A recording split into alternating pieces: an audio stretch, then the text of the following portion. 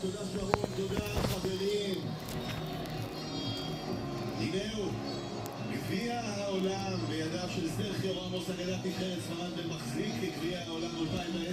היום רגע פה נשמע באזור בין ברצלונה, אינייסטה בהתחלה לריאל מדריד. בוודאי.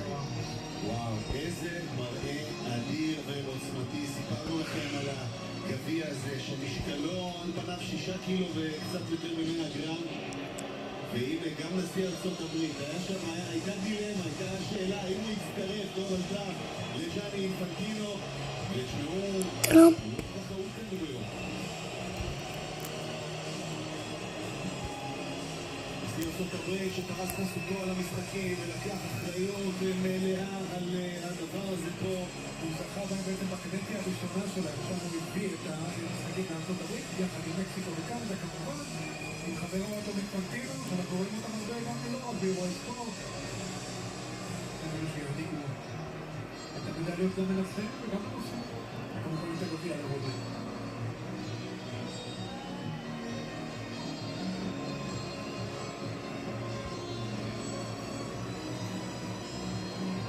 ג'אני אינפנטינו, נשיא פיפ"א, יחד עם דונלד טראמפ, עושים את דרכם אל הבמה המרכזית. יש פה טקס לא קצר, צריך לומר.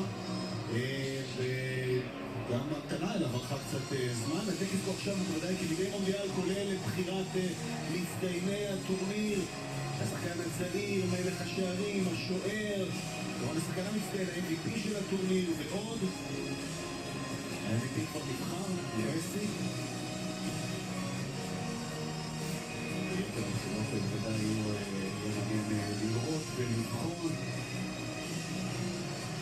מסי גם זכה ב-2014, גם אז עוד יצא להפסיד הסביר. בגמר עם השער של שורלה.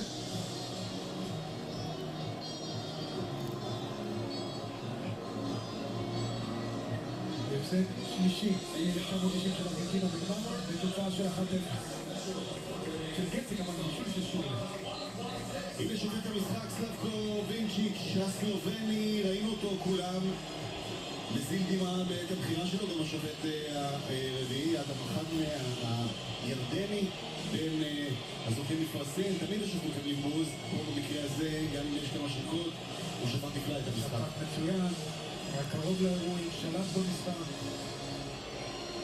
יופי של שיפוט של דיג'יט, במעמד הכי חשוב בחייו, עמד בלחץ בגדול.